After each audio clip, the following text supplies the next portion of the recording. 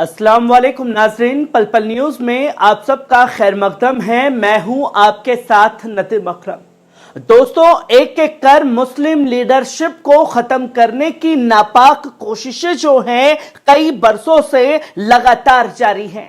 50,000 नौकरियां दे के थोड़े सामने खड़ा जी, 50,000 नौकरियां हो गई। भगवंत मान जी की जो नई सरकार है ये नई जॉब्स देने में बहुत अव्वल है। ਮੈਨੂੰ ਇਹ ਨੌਕਰੀ ਪੂਰੀ ਮੈਰਿਟ ਦੇ ਆਧਾਰ ਤੇ ਮਿਲੀ ਹੈ, ਕੋਈ ਸਿਫਾਰਿਸ਼ ਨਹੀਂ ਹੋਈ, ਕੰਮ ਪੂਰੇ ਪਾਰਦਰਸ਼ੀ ਢੰਗ ਦੇ ਨਾਲ ਹੋਇਆ। ਪੰਜਾਬ ਸਰਕਾਰ ਦਾ ਬਹੁਤ ਧੰਨਵਾਦ ਕਰਦਾ ਜਿਨ੍ਹਾਂ ਨੇ ਸਾਨੂੰ ਓਪਰਚੁਨਿਟੀ ਲਿਆ ਕੇ ਦਿੱਤੀ। मैकेनिकल इंजीनियर्स ਨੂੰ भी रिक्रूट किया। अब तक 50,000 से अधिक सरकारी नौकरियां युवाओं को प्रदान की जा चुकी हैं। ये है नया पंजाब, ये है रंगला पंजाब। पर अब भारत की सियासत में एक और खतरनाक मोड़ सामने आया है, जहां अमानतुल्लाह खान की शानदार जीत से बीजेपी बौखला गई है और बहुमत मिलते ही उनके खिलाफ शिकंजा कस दिया गया है। यह सिर्फ एक नेता के खिलाफ कार्रवाई नहीं है, बल्कि पूरे मुल्क के मुसलमानों को एक साफ पैगाम है भारतीय जनता पार्टी की तरफ से कि हम आपकी एक एक मुस्लिम लीडरशिप को पूरी तरह से खत्म कर देंगे। पहला निशाना जो है भारतीय जनता पार्टी के दिल्ली में सत्ता में आते ही अमानतुल्लाह खान को बनाया गया है।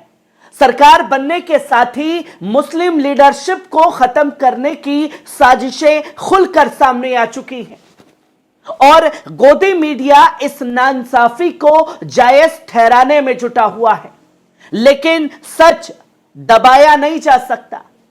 क्या यह कार्रवाई राजनीतिक विद्वेष का हिस्सा बन चुकी है? क्या मुसलमानों को सत्ता से बाहर रखने की एक बड़ी कोशिश जारी है?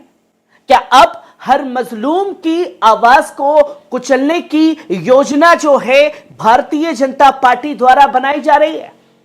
अमानतुल्लाह खान पर पुलिस का शिकंजा, क्या यह न्याय है और या सियासी साजिश है? दिल्ली की राजनीति में एक बार फिर हलचल मचा दी गई है। आम आदमी पार्टी के ओखला से विधायक अमानतुल्लाह खान और उनके समर्थकों के खिलाफ गंभीर धाराओं में मामला दर्ज कर लिया गया है। बीएनएस की धारा 151/2, 190, 221, 121/1, 132, 351/3 के तहत केस दर्ज कर लिया गया है, जिसमें कई धाराएं गैर जमानती हैं दोस्तों। लेकिन यह सवाल उठता है कि क्या यह कानून का सही इस्तेमाल है या फिर राजनीतिक विद्वेष के तहत की गई एक बड़ी कार्रवाई है? क्योंकि अमानतुल्लाह खान की छवि एक मजलूमों की आवाज उठाने वाले नेता की रही है।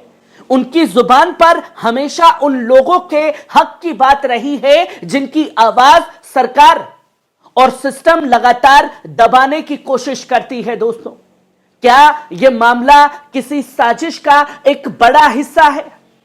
और क्यों भारतीय जनता पार्टी के आते ही निशाना बनाया गया?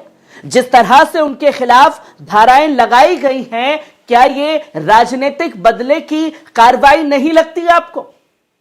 क्या सिर्फ एक मजबूत मुस्लिम नेता को दबाने की कोशिश नहीं लगती आपको?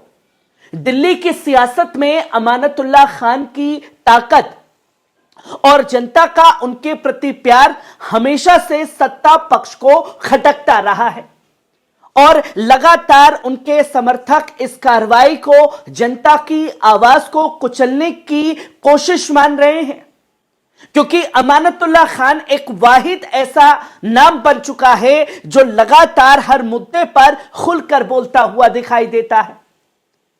एक और राजनीतिक हथियार के रूप में अमानतुल्लाह खान को निशाना बनाने के लिए इस्तेमाल किया जा रहा है।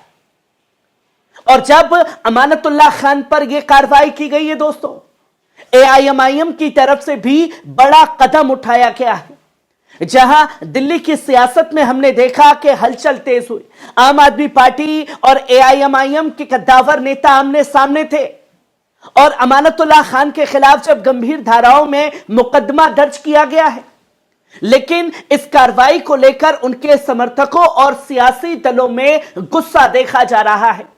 जो कल तक अमानतुल्लाह खान के खिलाफ थे और जो अमानतुल्लाह खान एआईएमआईएम के खिलाफ थे, एआईएमआईएम ने खुलकर समर्थन अमानतुल्लाह खान के लिए किया है, जहां यह बताया है कि ज्यादती के खिलाफ आवाज हमेशा एआईएमआईएम की बुलंद रहेगी। एआईएमआईएम ने क्यों अमानतुल्लाह खान के पक्ष में स्टैंड लिया है? एआईएमआईएम के नेताओं का यह साफ तौर पर कहना है यह मामला राजनीतिक प्रतिशोध का हिस्सा है और अमानतुल्लाह खान को बेवजह परेशान किया जा रहा है। उनका कहना है कि अगर दिल्ली पुलिस ने अन्याय किया तो एआईएमआईएम हर हाल में अमानत भाई के साथ खड़ी हुई नजर आएगी। समर्थकों का समर्थन किया जाएगा। जहां सोशल मीडिया पर भी I stand with Amanatullah Khan trend कर रहा है दोस्तों। ओखला के लोगों का यह साफ तौर पर कहना है कि अमानत भाई हमेशा मजलूमों की आवाज रहे हैं और उन्हें झूठे केस में फंसाने की साजिशें की जा रही हैं। कई समर्थकों ने इसे लोकतंत्र पर हमला करार दिया है। जब अमानतुल्लाह खान ने भी अकबरुद्दीन ओवैसी के लिए दुआ मांगी थी, ये वही अमानतुल्लाह खान है जिन्होंने 2019 में एआईएमआईएम नेता अकबरुद्दीन ओवैसी की सेहत के लिए अल्लाह से दुआ मांगी थी। आज जब अमानतुल्लाह खान मुश्किल में हैं तो एआईएमआईएम और उनके समर्थक भी उनके साथ मजबूती से खड़े हुए हैं। और यही है राजनीति दोस्तों, कि आपके राजनीतिक मतभेद हो सकते हैं पर मन का भेद नहीं होना चाहिए। जहां एआईएमआईएम की तरफ से साफ कहा गया है कि अगर अमानतुल्लाह खान पर जुल्म हुआ तो पार्टी उनका हर स्तर पर समर्थन करेगी, चाहे सड़कों पर उतरना पड़े वो सड़कों पर उतरेंगे। समर्थकों ने यह भी कहा कि यह वक्त इत्तेहाद का है और किसी भी सियासी साजिश को नाकाम किया जाएगा, जिसकी तस्वीर लोगों के सामने है दोस्तों। यह सिर्फ अमानतुल्लाह खान का मामला नहीं है, बल्कि पूरे हिंदुस्तान के मुस्लिम लीडरशिप और उनके हक को कुचलने की एक बड़ी साजिश का हिस्सा बन चुका है। अब सवाल यह है कि क्या हम चुप बैठेंगे? क्या हम अपनी लीडरशिप को मिटने देंगे? आज अमानतुल्लाह खान निशाने पर है, कल कोई और होगा, लेकिन याद रखिए कि अगर हम खामोश रहे तो ये साजिश और आगे बढ़ेगी। अब हमें यह तय करना होगा कि हम अपनी आवाज को बुलंद करेंगे या डर कर पीछे हटेंगे, क्योंकि गोदी मीडिया की अफवाहों पर मत जाइए। हकीकत को समझिए। जो जुल्म के खिलाफ खड़ा होगा वही तारीख में जिंदा रहेगा। अब वक्त आ गया है कि इत्तेहाद और इंसाफ की लड़ाई का, जहां फैसला आपके हाथ में है। आप हक के साथ हैं या नाइंसाफी के? हमारी खबरों को देखते रहिए, क्योंकि हक की आवाज उठाते रहिए। शुक्रिया।